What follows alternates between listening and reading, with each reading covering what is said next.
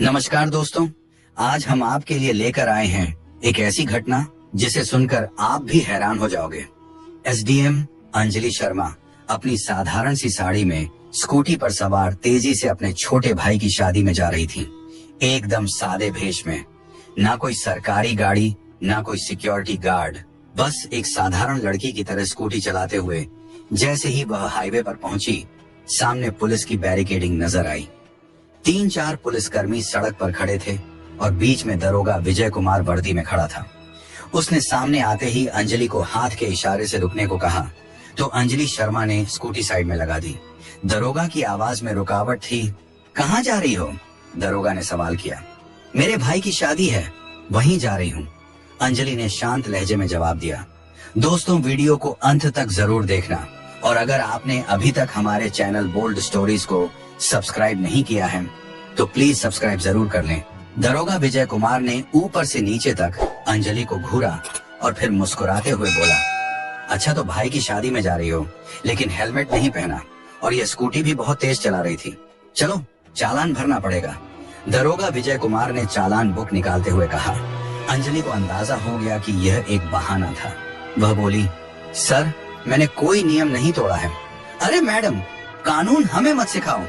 उसने साइड में खड़े एक सिपाही को देखा और फिर अंजलि की ओर झुकते हुए फुसफुसाया, ऐसे नहीं मानेगी, इसको तरीका सिखाना पड़ेगा। अचानक दरोगा ने जोरदार थप्पड़ अंजलि के गाल पर जड़ दिया। बहुत सवाल पूछती है, जब पुलिस कुछ कहे तो चुपचाप मान लेना चाहिए। अंजलि का सिर एक पल के लिए झटका खा गया, लेकिन उसने खुद को संभाल लिया। उसकी आंखों में आग थी। दरोगा ठहाका मारकर हंसा और अपने साथियों से बोला, अभी भी अकड़ बाकी है, लगता है अच्छे से सिखाना पड़ेगा। एक सिपाही आगे बढ़ा और बोला, मालिक थाने ले चलो, वहां आराम से मामला देख लेंगे। दरोगा सिर हिलाकर बोला, हाँ इसे थाने ले चलते हैं, तब समझ आएगा कि पुलिस से कैसे बात की जाती है। एक सिपाही ने अंजलि का हाथ पकड़कर खींचा। चल जीप में बैठ। अंजलि ने अपना हाथ झटका और गुस्से से बोली, हिम्मत मत करना। दरोगा का पारा चढ़ गया। उसने अपने एक आदमी से कहा, इसका घमंड तोड़ो।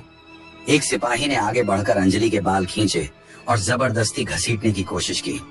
अंजलि दर्द से कराह उठी, लेकिन अब भी अपनी पहचान छुपाए रखी। वह देखना चाहती थी कि यह लोग कितनी गिरी हुई हरकत कर सकते हैं। तभी एक पुलिस वाले ने गुस्से में उसकी स्कूटी को लात मार दी। बड़ी शरीफ बनती है, अब तेरा खेल खत्म। अंजलि पूरी तरह समझ गई थी कि यह लोग कितने नीचे गिर सकते हैं। दरोगा की आंखों में गुस्सा था। उसने जोर से चिल्लाकर कहा, बहुत देखे हैं तेरे जैसे अकड़ू लोग, पुलिस से भिड़ेगी, अभी मजा दिखाता हूँ, ले चलो इसे थाने, वहीं समझाएंगे। एसडीएम अंजलि शर्मा अब भी चुप थी। उन्होंने अपनी पहचान बताने का कोई इरादा नहीं किया। वह देखना चाहती थी कि प्रशासन कितना नीचे गिर चुका है, कितनी हद तक ये लोग अत्याचार कर सकते हैं। दरोगा विजय कुमार अब झुंझला चुका था। उसके सामने एक लड़की खड़ी थी जिसने उसके तमाचे खाए, जिसके बाल खींचे गए, जिसे हाथ पकड़कर खींचा गया, लेकिन वह अब भी चुप थी। दरोगा ने सिपाहियों को घूरते हुए कहा, ले चलो इसे थाने, वहीं देखेंगे इसका क्या करना है। 2 सिपाही अंजलि के दोनों हाथ पकड़कर घसीटने लगे। छोड़ो मुझे, अंजलि पहली बार जोर से बोली। दरोगा हंसा, अब जुबान खोली, चलो थाने में देखेंगे कितना बोलती है। थाने में घुसते ही दरोगा ने जोर से चिल्लाया, बोलो चाय पानी लाओ, एक स्पेशल केस आया है। अंजलि अब भी शांत थी। वह देख रही थी कि आम जनता के साथ पुलिस कैसा व्यवहार करती है। दरोगा ने अपने जूनियर से फुसफुसाया, क्या केस सर? दरोगा हंसा, कोई भी चोरी जेबख्तरी, बस अंदर डालना है। अंजलि सब सुन रही थी, लेकिन अब भी कोई प्रतिक्रिया नहीं दी। दरोगा टेबल पर बैठ गया और कलम घुमाते हुए बोला, नाम बता, घर का पता बता। अंजलि चुप रही। दरोगा ने फिर से पूछा, नाम क्या है? अंजलि अब भी चुप रही। दरोगा ने मेज पर जोर से हाथ मारा, सुनाई नहीं देता तुझे? नाम बता अपना। नेहा कपूर। अंजलि ने झूठा नाम बताया। दरोगा हंसा, बहुत समझदार है तू, लेकिन ज्यादा चालाकी मत कर, वरना बड़ी गलती होगी। अंजलि को जबरदस्ती लॉकअप में डाल दिया गया। एक गंदा बदबूदार कमरा जहां पहले से 2 महिलाएं बैठी थी। क्या किया तूने? एक औरत ने पूछा। कुछ नहीं, अंजलि ने हल्की मुस्कान दी। अब वह देख रही थी कि प्रशासन कितना गंदा हो चुका है। अगर एक एसडीएम तक को इस तरह बिना सबूत अंदर कर सकते हैं, तो आम जनता का क्या हाल होगा। अंजलि अब लॉकअप के अंदर थी। वह बस देख रही थी, सुन रही थी और सब कुछ समझ रही थी कि आखिर प्रशासन कितना गिर चुका है। वह हर हर पर गौर कर रही थी। दरोगा ने एक फर्जी रिपोर्ट तैयार करवाई। इस पर चोरी और ब्लैकमेलिंग का केस डाल दो, दरोगा ने फाइल को ठोकते हुए कहा। सिपाही जिज्ञासु था, लेकिन सर बिना सबूत के? दरोगा हंस पड़ा। सबूत? इस थाने में सबूत बनाए जाते हैं। थोड़ी देर बाद एक सिपाही आगे बढ़ा और जोर से अंजलि के कंधे पर धक्का मारा। अंजलि दीवार से टकराई, लेकिन उसके चेहरे पर कोई डर नहीं था। दरोगा ने हाथ उठाया और थप्पड़ मारने ही वाला था कि रुक जाओ। दरवाजे पर एक पुलिस अधिकारी खड़ा था, दरोगा राहुल सिंह। थाने में उसकी छवि थोड़ी ईमानदार अफसर की थी। उसने थाने के अंदर की महिलाओं को देखा। उनकी हालत देखकर उसके माथे पर शिकन आ गई। ये सब क्या हो रहा है? उसने सख्त आवाज में पूछा। दरोगा विजय कुमार मुस्कुराया।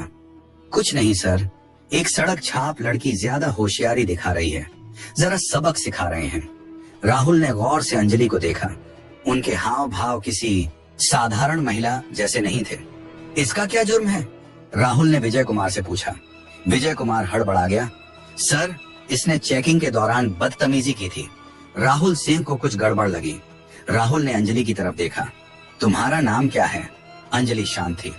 दरोगा विजय कुमार ने हंसते हुए कहा, सर ये तो अपना नाम तक नहीं बता रही। राहुल अब पूरी तरह सतर्क हो गया था।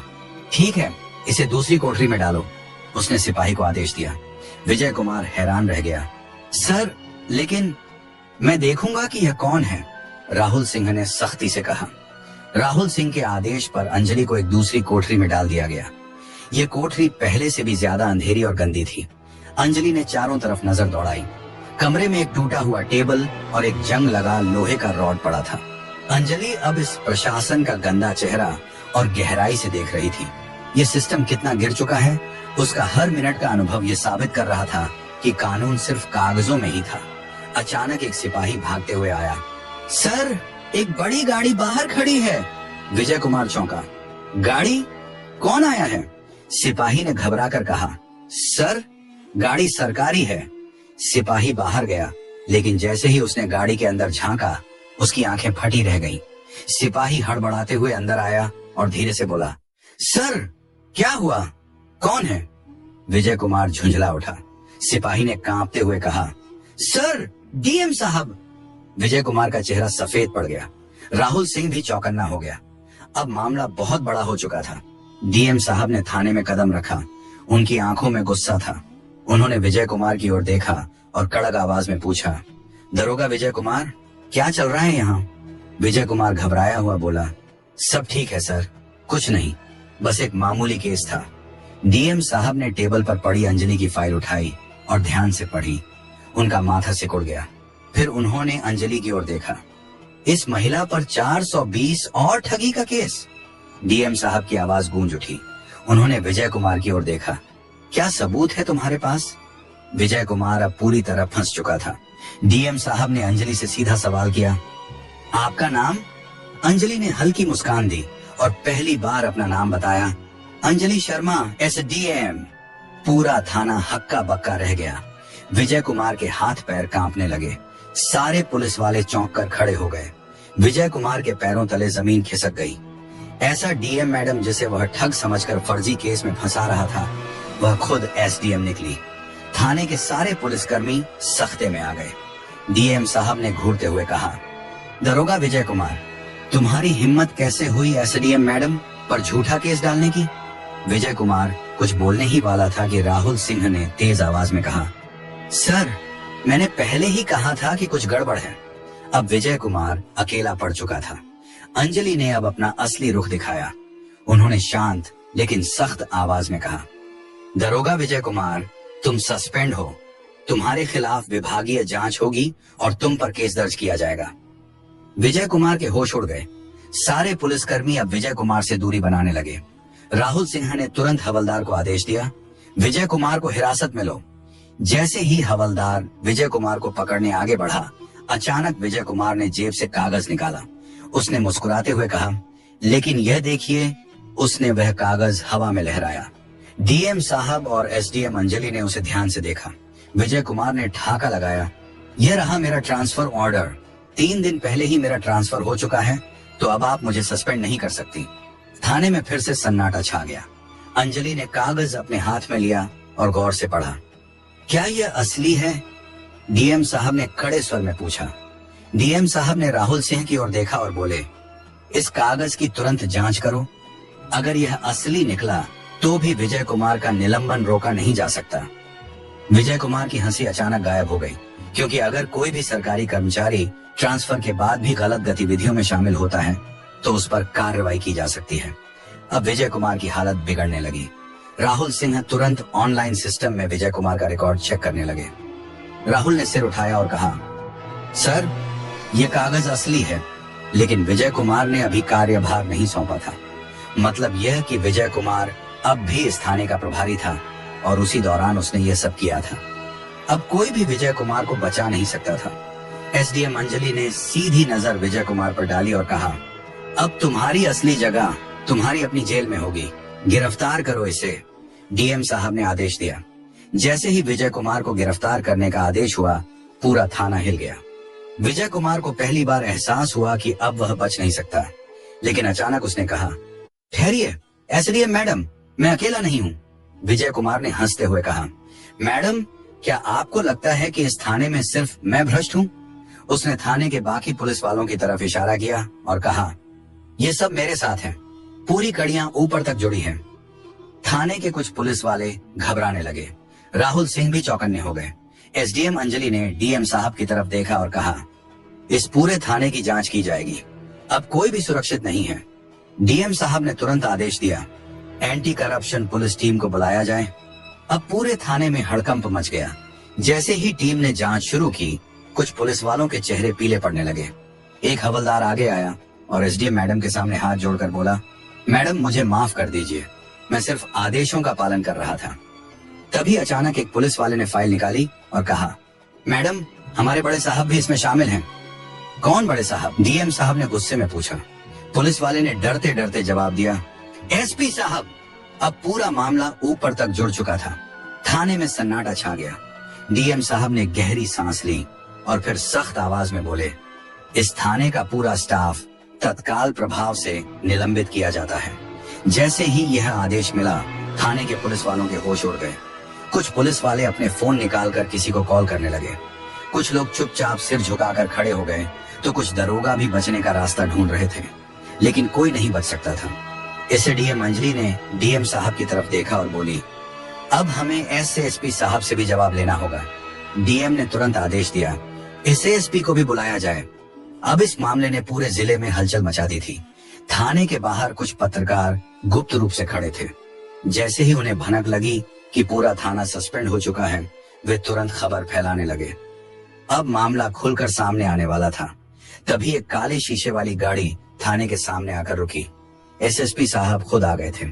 एसएसपी साहब थाने पहुंचे। उन्होंने चारों तरफ नजर दौड़ाई। पूरा थाना सस्पेंड हो चुका था। उन्होंने गुस्से में कहा, ये क्या नाटक चल रहा है?